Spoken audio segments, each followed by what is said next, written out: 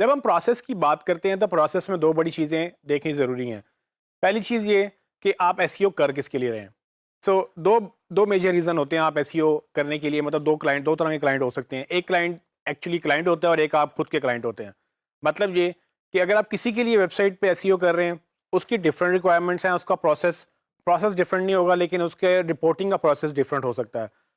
अगर आप अपने लिए एसईओ कर रहे हैं, मतलब आपका अपना बिजनेस है, तो आप नॉर्मली रिलैक्स मोड में आ जाते हैं। सो इस वीडियो में मैं ये डिस्कस करना चाह रहा हूँ कि किस तरह से हम दोनों को सेपरेट करेंगे। सो ये याद रखें कि अगर आप एसईओ किसी और के लिए कर रहे हैं, आपको हालांकि सब कुछ आता है, लेकिन अगर आप उसको प्रॉपरली रिपोर्ट नहीं कर रहे हैं तो उनको नहीं पता कि आपको कितना आता है। सो अंडरस्टैंड ये करने की ज़रूरत है कि आपका क्लाइंट या जो भी जिसने भी आपको हायर किया है एसईओ के लिए, वो कहीं दूर अपने अपने मुल्क में अपने घर में बैठा हुआ है। उसने आपको ना देखा ना आपसे बात की, उसने आपको एक टास्क दिया और वो ये चाहता है कि आप उसकी एसईओ करें। तो उसके लिए आप एसईओ का प्रोसेस वही रहेगा जो हमने आगे डिस्कस भी करेंगे और जो हम अभी तक डिस्कस कर चुके हैं। तो आप चाहे अपनी वेबसाइट की एसईओ करें, चाहे उसकी वेबसाइट की एसईओ करें या किसी भी वेबसाइट की एसईओ करें, आपका प्रोसेस वही रहेगा। लेकिन सबसे इंपॉर्टेंट चीज़ ये है कि एक्सपेक्टेशंस वेरी करती हैं। आपको अगर अपनी वेबसाइट पे काम करना है, तो आपको पता है कि आप रोज़ क्या करते हैं, आपको पता है कि इसका इफ़ेक्ट होगा, इसका कुछ दिनों बाद, कुछ महीनों बाद रिज़ल्ट निकलेगा। क्लाइंट को ये नहीं पता। अगर क्लाइंट को आपने कन्विंस रखना है कि आपको काम आता है, तो आपने उसको साथ-साथ ट्रस्ट में लेके आना है।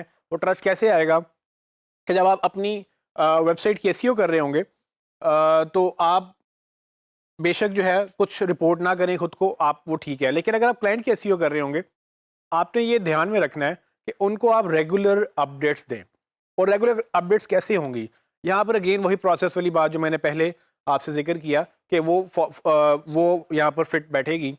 वो इस तरह से कि अगर आप एक चीज़ को प्रोसेस के तहत लेके चलेंगे, तो क्लाइंट को आप ये बता सकेंगे कि भई मैंने ये कर लिया है, ये कर रहा हूँ और ये करूँगा, ठीक है? और उसमें ये भी होगा कि आप जब प्रोसेस के तहत चल रहे होंगे, तो आप उसमें रिकॉर्ड भी कर रहे होंगे अपनी चीज़ें, जो कि बहुत इंपॉर्टेंट है।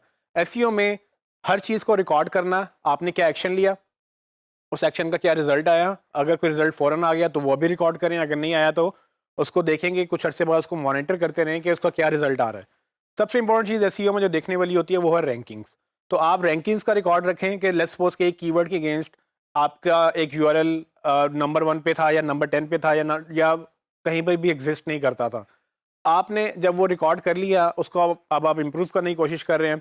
आप क्लाइंट को ये दिखा सकेंगे कि भाई 2 महीने पहले हमारा ये कीवर्ड 10वें पेज पे था, अब ये 8वें पेज पे आ गया।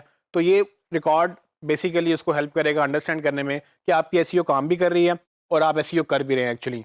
सो ये चीज़ें इंपॉर्टेंट हैं। मेन चीज़ जो देखने वाली वो ये है कि नॉर्मली हम अपने कामों के लिए रिलैक्स्ड हो जाते हैं। सो अक्सर लोगों के साथ ये चैलेंज होता है कि वो अपने काम को इतनी अहमियत नहीं दे पाते हैं जितनी वो क्लाइंट के काम को देते हैं। उसकी रीज़न ये है कि वो अगर क्लाइंट से पैसे ले रहे हैं, तो वो चीज़ प्रायोरिटी पर आ जाती है। अगर अपने काम के पैसे खुद ऑफ कोर्स आप खुद को नहीं दे रहे, लेकिन अगर आप बिज़नेस अर्न कर रहे हैं तो वो आपको बिज़नेस में हेल्प करेगा।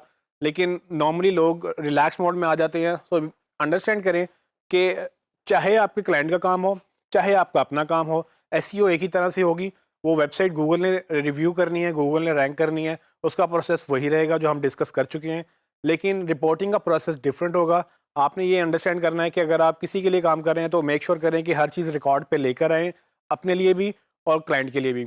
अगर आप अपनी वेबसाइट पे काम कर रहे हैं तो फिर भी रिकॉर्ड मेंटेन करें, ताकि आपको अगर 2 महीने बाद, 4 महीने बाद अगर आपको याद करना पड़े कि आपने क्या किया था, तो आप एक डॉक्यूमेंट को फॉलो कर सकें कि इस दिन हमने ये चेंज किया था, इस दिन हमने ये चेंज किया था। एंड स्पेशली अगर आप किसी टीम के साथ मिलकर काम कर रहे हैं, तो उनको भी बाउंड करें कि वो भी एक चीज़ को रिकॉर्ड में लेकर आएँ, ताकि आपके लिए वो जो प्रोसेस है वो काफ़ी क्लैरिटी उसमें आ जाए, ताकि आप जब भी उसको रेफर बैक करना चाहें, उसको किसी को प्रेजेंट करना चाहें या इस प्रोसेस को किसी और वेबसाइट के लिए, किसी और क्लाइंट के लिए रिपीट करना चाहें, तो ये डॉक्यूमेंट आपके लिए काफ़ी हेल्पफुल रहेगा।